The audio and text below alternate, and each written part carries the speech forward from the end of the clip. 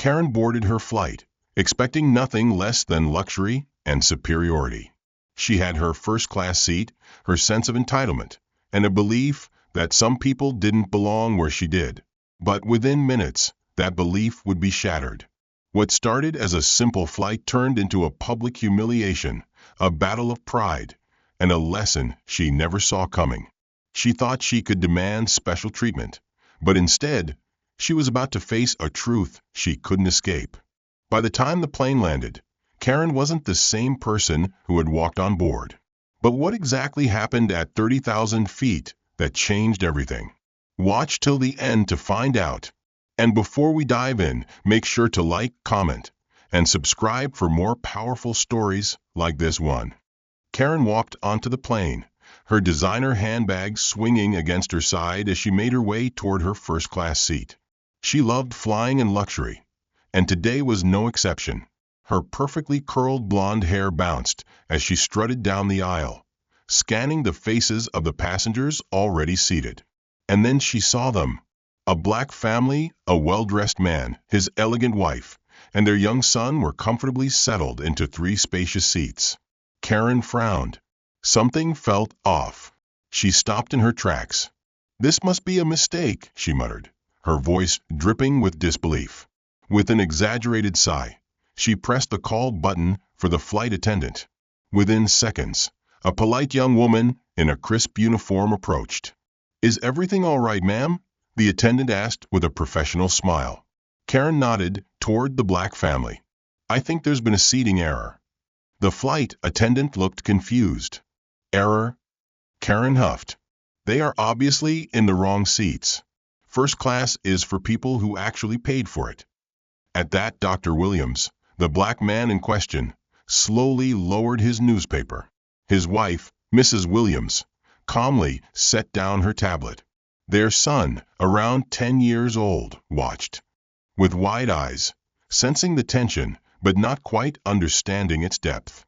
Dr. Williams spoke first, his voice smooth and measured. "We paid for these seats just like you."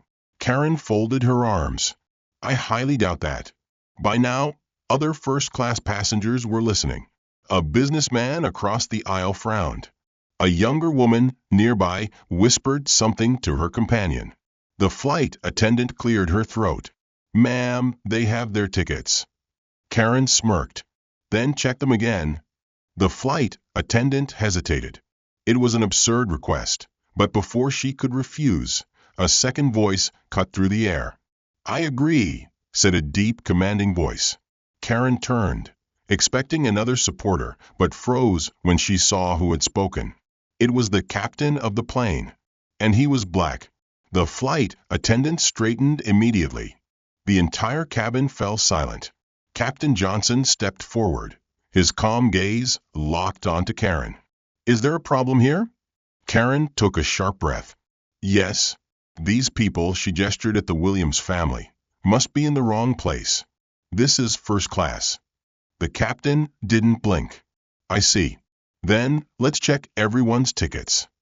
Karen's smirk returned. Finally, some authority was on her side. She held out her ticket with confidence. The flight attendant scanned it and suddenly froze. Her eyes darted back to the screen. Karen's smile faltered. The flight attendant cleared her throat. Ma'am? What?" Karen snapped. The flight attendant looked genuinely uncomfortable. "Your ticket is for business class." The words hit like a thunderclap. Karen's face turned pale. "No, no, no. That's a mistake." She grabbed the ticket, staring at it as if her sheer willpower could change the printed letters. But there it was. Business class. Seat 4B. Not first class. Not where she was standing. The businessman across the aisle chuckled under his breath. A few other passengers exchanged amused glances.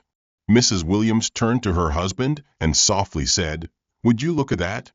Dr. Williams nodded, folding his newspaper. "I believe the actual mistake has just been found." Karen's chest tightened. The reality of the situation was settling in, and it burned. This can't be happening. She turned to the flight attendant. "Fix it." The flight attendant hesitated. "I'm sorry, ma'am, but these are the seats assigned to you." Karen's lips trembled with rage. "I will not sit in business class." The captain finally spoke again. His voice was calm, but firm. "Then I'm afraid you have two choices," he said. "You sit in the seat you paid for, or you leave the plane." The entire first-class cabin was watching. Karen swallowed.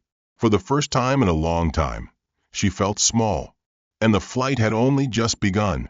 Karen's pulse pounded in her ears. This wasn't happening. It couldn't be. Her ticket said business class. There had to be a mistake. She turned back to the flight attendant, her voice trembling between anger and desperation. "I paid for first class." "I know I did." The flight attendant held firm, though a slight unease flickered across her face.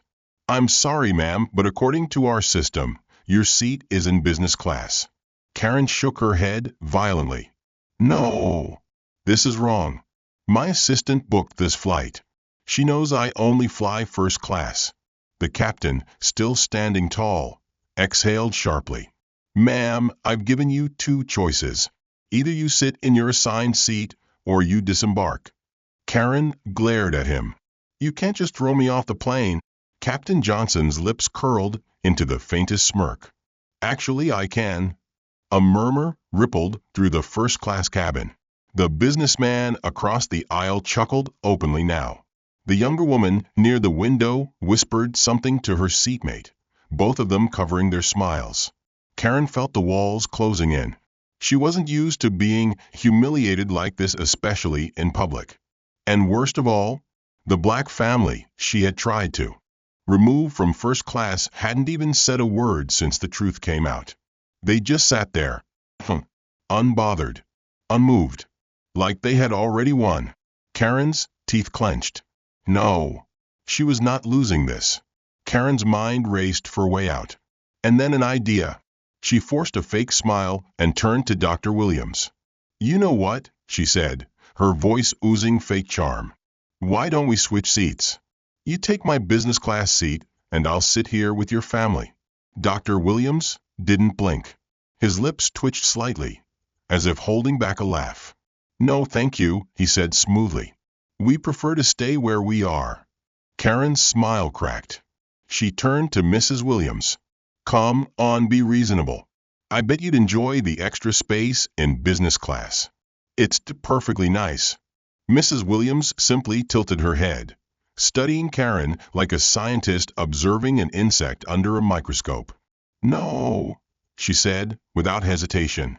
Karen gritted her teeth. Fine. If they wouldn't swap, she'd find someone else. She spun toward the other first-class passengers. "Does anyone want to trade seats with me?" Silence. Karen's stomach dropped. The businessman leaned forward, rubbing his chin. "Let me get this straight. You wanted these people removed from first class because you thought they didn't belong," he smirked. "And now that you're the one in the wrong seat, you expect us to bail you out?" Karen's mouth opened, but no words came out. She had no allies here. Captain Johnson sighed, checking his watch.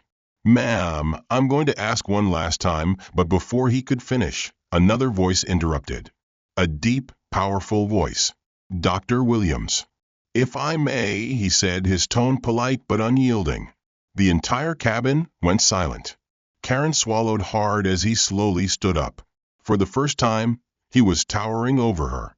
And despite his flawless suit and polished demeanor, there was an undeniable authority in the way he carried himself. "I believe," he continued, "that you assumed we didn't belong here because of how we look." Karen's stomach twisted. "That assumption," he said, "led you to publicly humiliate yourself." A few quiet chuckles spread through the cabin. Karen burned with humiliation. "Now," Dr. Williams folded his hands in front of him, "instead of accepting responsibility, you're begging for a seat swap?" He raised a single eyebrow. "How does it feel?" Karen couldn't breathe. For the first time in years, maybe ever, she had no power in this situation. She could feel all eyes on her, waiting for her next move. Her pride screamed at her to fight back, but her fear whispered something else. She had already lost. Karen's throat tightened. She could fight this. She could keep demanding what she thought she deserved. Or she could walk away with the little dignity she had left. Her hands curled into fists, her nails digging into her palms. "Oh, I'll go to business class," she finally muttered, her voice barely above a whisper. The captain gave a sharp nod. Wise choice. The moment she turned, the businessman slow-clapped. It was followed by another, and another. Within seconds, the entire first-class cabin was clapping. Karen's face burned with shame. She stormed down the aisle, gripping her handbag so tightly her knuckles turned white. Each step felt heavier than the last. She had boarded this flight thinking she was better than everyone else. But now, she was leaving first class as the biggest loser on the plane. And the flight was still just beginning. Karen stormed down the aisle, her heels clicking sharply against the cabin floor. The sound of clapping still echoed behind her, each applause like a slap to her pride. She felt their eyes burning into her back, the judgment, the mockery, the disdain. First class was supposed to be hers. Now, she was being exiled to business class like some kind of commoner. Her breath came fast, her chest tight with humiliation. How had everything spiraled out of control so quickly? As she reached row 4, Karen caught sight of seat 4B, her real seat. A middle-aged man was already in 4A, dressed in a wrinkled suit, chewing gum loudly. He looked up and grinned. "Hey there, seat buddy," he said, his voice way too cheerful. Karen stiffened. Seat buddy?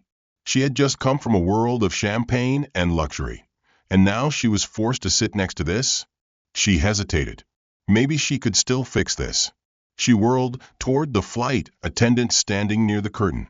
"There has to be another seat," Karen snapped, barely keeping her voice in check. The flight attendant scanned the manifest, then shook her head. "I'm sorry, ma'am. The flight is completely full." Karen's stomach dropped. Her eyes darted toward first class, where she saw Dr. and Mrs. Williams laughing softly together. Their son had pulled out an iPad, totally unbothered by the chaos she had just caused. The very people she had tried to kick out of first class were now enjoying their flight in peace, while she was stuck here, in business class, with seat buddy. Karen exhaled sharply and threw herself into seat 4B, yanking her seatbelt on. This was fine. She would survive this. Sure, it wasn't first class, but business class was still better than economy, right? Just as she was starting to convince herself, the intercom crackled. "Attention passengers," the captain's deep voice rang out. "This is Captain Johnson speaking. We're expecting some turbulence, so please remain seated with your seatbelts fastened." Karen's jaw clenched. Of course. Just her luck. She barely had time to register the announcement when seat buddy leaned over, grinning again. "You afraid of turbulence?" he asked, popping his gum. Karen ignored him. "Because, he continued, lowering his voice like he was sharing a dark secret, "I once flew through a storm so bad, the plane dropped 500 feet in a second." Karen's eyes snapped toward him, horrified. Seat buddy chuckled. "Yeah, thought my soul was about to leave my body. Ain't nothing like it." Karen turned away, gripping the armrests. This was going to be the longest flight of her life. Back in first class, Mrs. Williams leaned toward her husband. "Did you see the way she marched down the aisle?" she asked, sipping her champagne. Dr. Williams chuckled. "I almost feel bad for her." Their son looked up. "Mom, why was that lady so mad?" Mrs. Williams smiled gently. "Because she thought she was better than other people." The boy frowned. "But that doesn't make sense. You always say people should be treated the same no matter what." Dr. Williams ruffled his son's hair. "And that's why she's mad, son, because she just learned that lesson the hard way."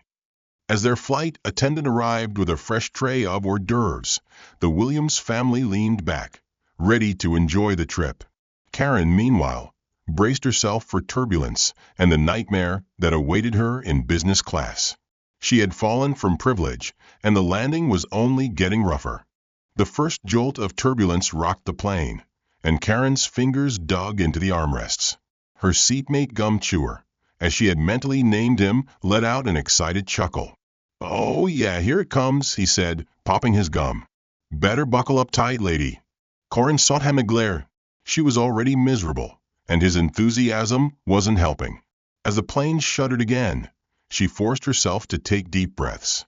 This wasn't her first time flying, but something about today made everything feel worse. Maybe it was the fact that she was in business class instead of first class. Maybe it was the fact that she had been humiliated in front of everyone. Or maybe, just maybe, it was because she had completely lost control of the situation. Meanwhile, in first class, the Williams family sat completely at ease. Dr. Williams casually turned a page in his book. Mrs. Williams sipped her drink, while their son was engrossed in his game. Even as the plane shook slightly, the atmosphere around them remained calm, collected, and relaxed. Their flight attendant returned, offering them a fresh fruit platter and warm towels. Mrs. Williams smiled, accepting a slice of pineapple. "Thank you." The flight attendant nodded, but glanced toward the curtain separating first class from business. "Things seem tense over there," she said carefully. Dr. Williams smirked, setting his book aside. "Let me guess. Our former neighbor isn't taking the downgrade well." The flight attendant gave a small, knowing smile. Mrs. Williams chuckled softly. "Some lessons take longer to learn than others." Dr. Williams sighed. "And some people never learn at all." He glanced at his wife. Would Karen be one of them? Karen squirmed in her seat, trying to find a comfortable position, but nothing felt right. The seat was too firm. The armrests were too narrow. And worst of all, no one cared. The flight attendants barely acknowledged her.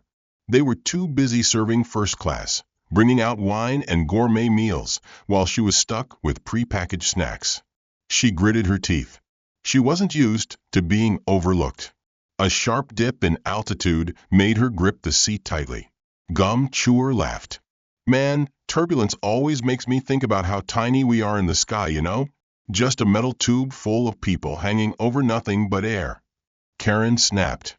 "Can you shut up?" she barked, her voice loud enough that several passengers turned to look. Gum Chewer blinked, then slowly raised his hands in surrender. All right. No need to bite my head off." Karen let out a frustrated breath, ignoring the judgmental stares from other passengers, as if her day could get any worse. And then it did. A flight attendant suddenly appeared beside her. "Mrs. Mitchell?" she asked. Karen frowned. "What?" The attendant gave a tight smile. "The captain would like to have a word with you." Karen's stomach dropped. She shot a quick look toward first class, where Captain Johnson had just stepped out of the cockpit. He was waiting near the curtain, arms crossed. Karen gulped. This couldn't be good. Slowly, she unbuckled her seatbelt and stood up. Every step toward the curtain dividing business class from first class felt like walking to an execution. As she approached, Captain Johnson tilted his head. "Follow me," he said simply. Karen hesitated, but had no choice. The curtain swished closed behind them, cutting her off from the rest of the plane. And for the first time, she truly felt alone. Karen's heart pounded as she followed Captain Johnson past the first-class seats and into a small, private area near the galley.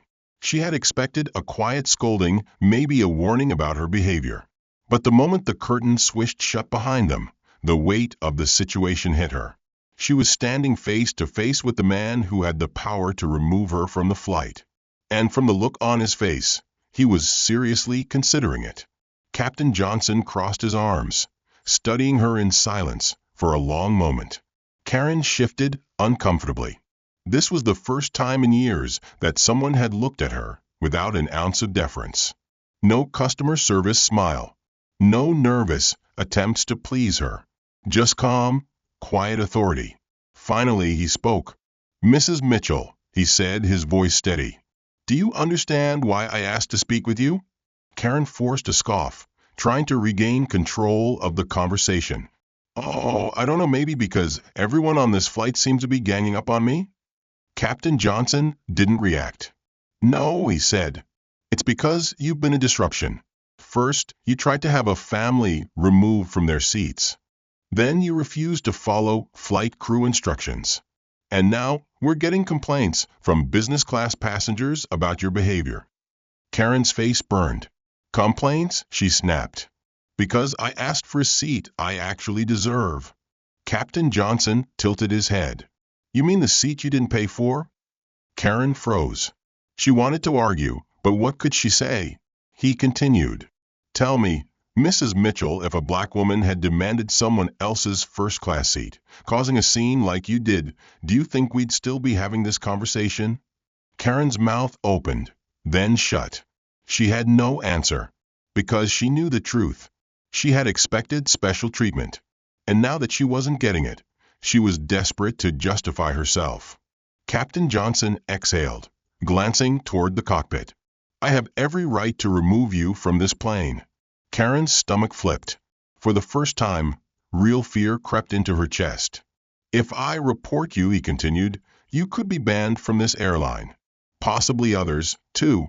People have been put on no-fly lists for less. Karen's hands clenched into fists. This was humiliation beyond anything she had imagined.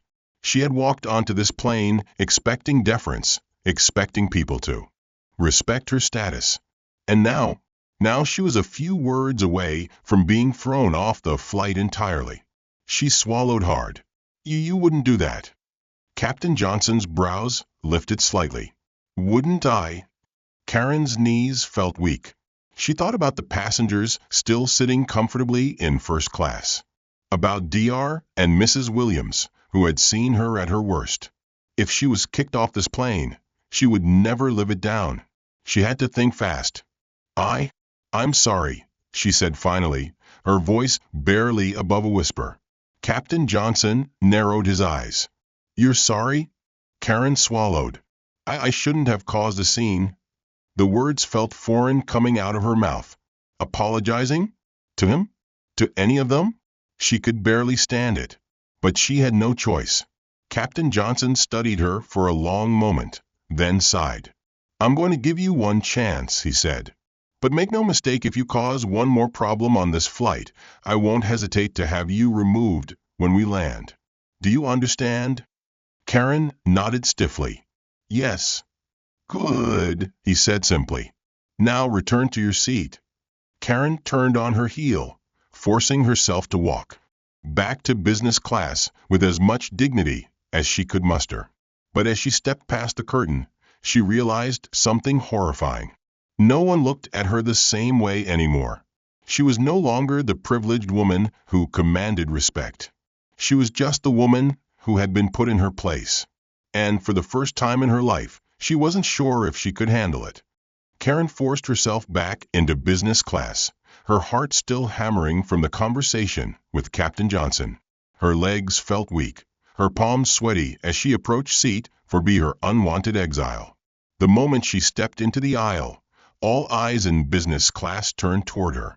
Some passengers smirked, others avoided eye contact, but one thing was clear: they all knew. She had gone up against the captain himself. And she had lost. Karen slid back into seat 4B, her mind racing. She needed to regain control of this situation, to salvage her dignity. But just as she exhaled, trying to compose herself, a deep, gravelly voice spoke beside her. So, I heard you like to cause trouble. Karen stiffened. Slowly, she turned to face her new seatmate, and her stomach dropped. A tall, broad-shouldered black man sat in seat 4A, leaning back comfortably. His suit was impeccably tailored, his expression calm but unreadable. But what made Karen's throat tighten was that she recognized him. Not personally, but from television, from business magazines, from Forbes. Her new seatmate was none other than James Carter, a billionaire investor and CEO. And from the slight smirk on his lips, he knew exactly who she was. Karen's stomach twisted. Of all the people she could be forced to sit next to, why him? James Carter was one of the wealthiest men in America and, more importantly, a known advocate for diversity and inclusion. Her entire reputation was built on mingling with the right kind of people. And she had just humiliated herself in front of one of the most powerful black businessmen in the country. She forced a smile, trying to recover. I wasn't causing trouble, she said quickly. It was just a misunderstanding. James raised an eyebrow. Oh. Karen nodded. Yes, a simple mistake. I thought my seat was in first class, and you thought the Williams family didn't belong there, he finished for her, his tone sharp. Karen's smile faltered. James tilted his head slightly, his gaze piercing. I have to say, he mused, it's been fascinating to watch you today. Karen swallowed hard. I don't know what you mean. James let out a quiet chuckle. I mean, he said, I just witnessed a woman who walked onto this plane acting like she owned it, only to have reality slap her in the face. Karen's face burned. He leaned in slightly. Tell me, Mrs. Mitchell, was it worth it? Karen's nails dug into the armrest. She wanted to snap back, to defend herself, but something about James Carter's unwavering stare made it impossible. He wasn't mocking her. He wasn't even angry. He was just waiting for her to face the truth. Karen inhaled sharply. For the first time that day, a horrible, unshakable thought entered her mind. She was wrong. Not just about the Williams family. Not just about this flight. About everything. But admitting that, she wasn't sure if she could. She clenched her jaw and turned away, staring blankly at the seat in front of her. James nodded slowly. That's what I thought. He leaned back in his seat, completely relaxed, as if he had already won. And maybe he had. Karen sat stiffly in seat 4B, her fingers gripping the armrests so tightly that her knuckles turned white. She could still feel James Carter's eyes on her, even though he had leaned back in his seat, seemingly unbothered. But Karen knew better. This wasn't over. Not by a long shot. For the first time in a long time, Karen didn't know what to say. She was used to controlling the conversation, to being the one people listened to. But James Carter? He hadn't even raised his voice, and yet she felt completely powerless sitting next to him. The billionaire exhaled through his nose, flipping through a business magazine, as if she wasn't even worth his attention anymore. Karen's pride itched. She had to say something. You know, she started, forcing confidence into her voice, I don't think you know the full story. James slowly turned a page. Enlighten me, he said flatly, without looking at her. Karen swallowed. She had expected sarcasm, but his voice was calm, almost uninterested, as if he already knew whatever excuse she was about to make. Still, she pressed on. I wasn't trying to be rude back there, she said. I thought first. Class was for people who she stopped herself just in time. James turned his head slightly. For people who what? Karen felt a cold sweat break out on the back of her neck. She had been about to say, for people who belong there. But after everything that had happened, that excuse sounded ridiculous even to herself. She quickly backtracked. I mean, she said, forcing a smile, I assumed first class had a different, clientele. James Carter chuckled softly. And somehow, that was worse than if he had yelled at her. You know what's funny? James mused, closing his magazine. Karen braced herself. It's always people like you, he said simply. Karen's stomach tightened. Excuse me? James turned to her fully now, his sharp eyes locking onto hers. People who assume they're at the top, he said. People who think their money, their skin color, or their connections give them a permanent place in the world. Karen felt her face heat up. That's not, she started, but James kept going. You walked onto this plane today thinking you were untouchable. His voice was calm, but each word hit like a hammer. You thought you could insult a family, humiliate them, and the world would just go along with it. Karen's jaw tightened. But here you are, James said, gesturing around them. No longer in first class. No longer in control. And suddenly, the power you thought you had? He leaned in slightly. It's gone? Karen felt sick. because deep down, she knew he was right. For the past hour, Karen had been clinging to the idea that this was just a mistake, that she had been wronged, that she was still better than the people around her. But as she sat there, listening to James Carter lay out the truth she had refused to see, a new thought entered her mind. Maybe, just maybe, she had never been better than anyone at all. The realization made her chest tighten. She had spent years believing that wealth and privilege made her untouchable. But now, she was just another passenger in business class. Another woman who had lost control. And, for the first time in her life, Karen had no idea what to do next. The plane shuddered slightly as it began its descent, the shift in altitude pressing Karen back into her seat. She barely noticed. Her mind was still spinning from James Carter's words. For the first time in her life, she felt completely powerless, not because someone had taken her money, her status, or her comforts, but because she had just realized that those things had never made her powerful to begin with. Karen stared blankly at the seat in front of her, her fingers clenched into the armrests. How had things unraveled so quickly? Just hours ago, she had walked onto this plane expecting respect, deference, control. Now, she had none of it. Her confrontation with the Williams family, her humiliating exile from first class, Captain Johnson's warning, and now, James Carter, a man whose wealth and influence far exceeded hers, had looked her straight in the eye and told her a truth she had never wanted to hear. She was not better than anyone else. And the worst part? She couldn't argue with it, because deep down she knew it was true. James Carter, still seated beside her, let out a soft exhale. Karen glanced at him from the corner of her eye. He wasn't looking at her. He wasn't smirking, judging, or gloating. He had already moved on. And that, somehow, stung even more. Karen had spent her entire life demanding to be acknowledged, to be seen as someone important, worthy, superior. But now, she was just another passenger waiting to land. James checked his watch, then turned to her, his voice calm but firm. "You still don't get it, do you?" Karen tensed. "Get what?" James let out a small chuckle, shaking his head. "That none of this matters," he said simply.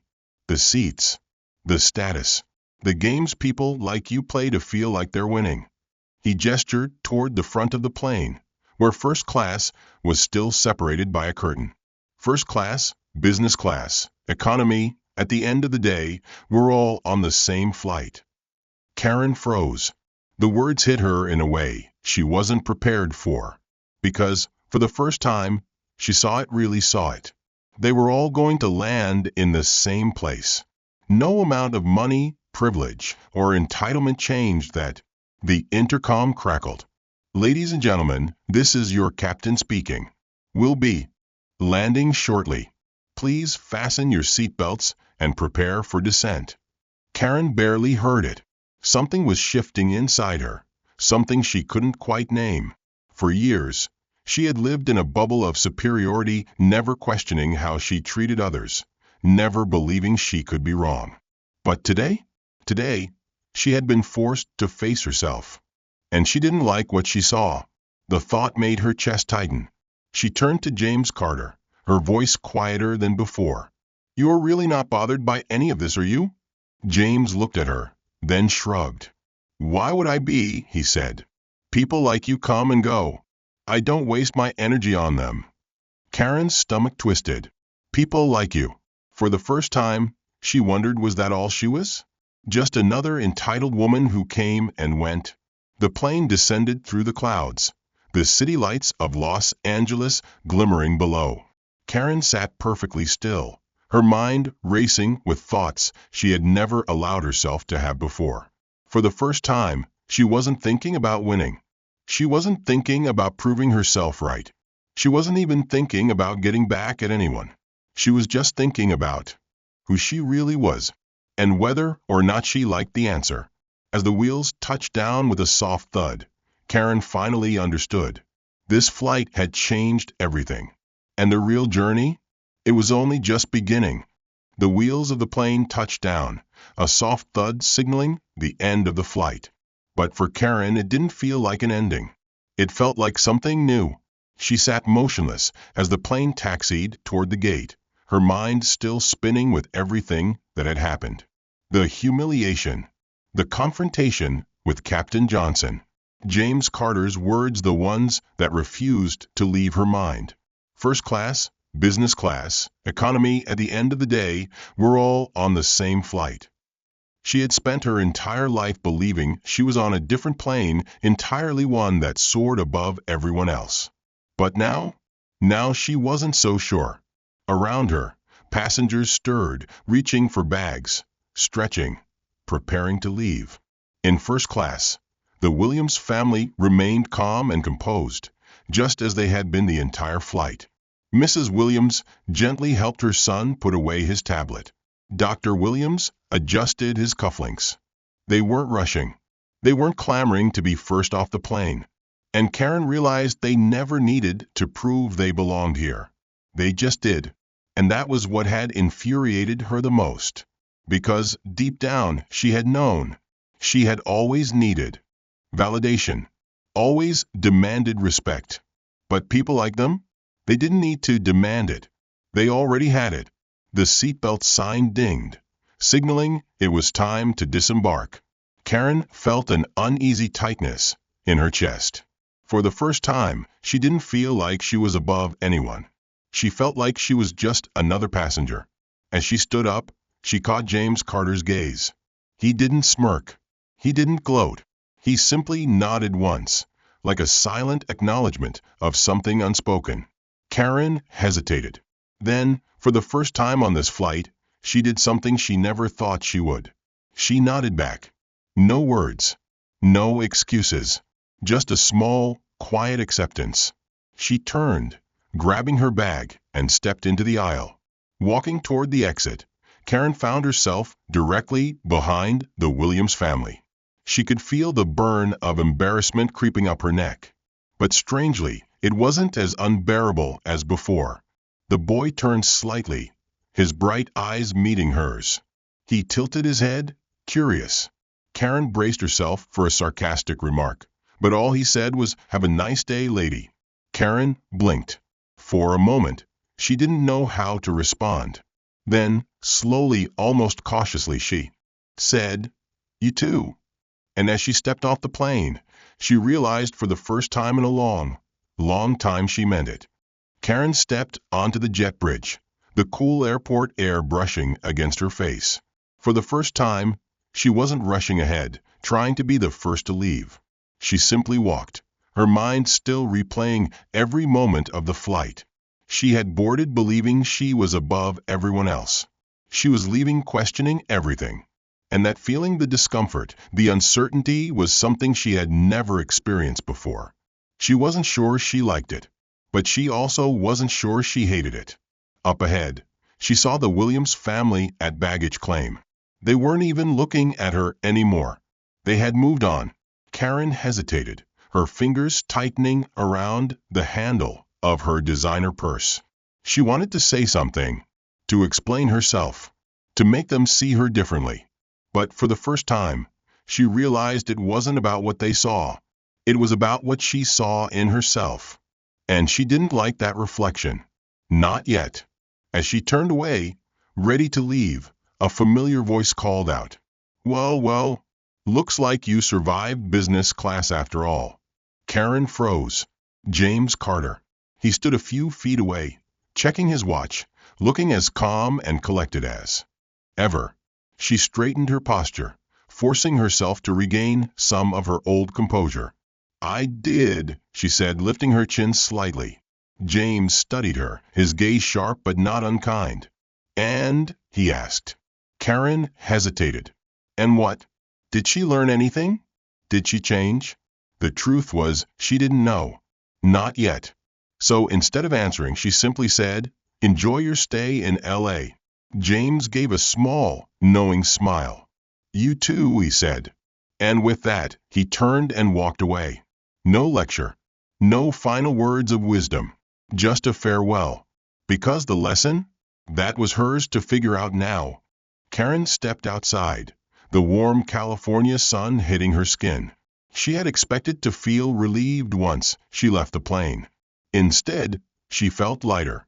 For the first time, she wasn't thinking about the next deal, the next status symbol, the next way to prove her worth. She was simply thinking. She wasn't sure what came next. But for the first time in her life, she was ready to find out. Because this journey, it wasn't just about a flight. It was about where she was headed next. And for once, she wasn't afraid to land. What about you? Have you ever witnessed or experienced a situation like this? What would you have done if you were on that flight? And most importantly, where are you watching from? Drop your location in the comments.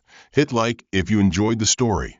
And don't forget to subscribe for more powerful stories like this one.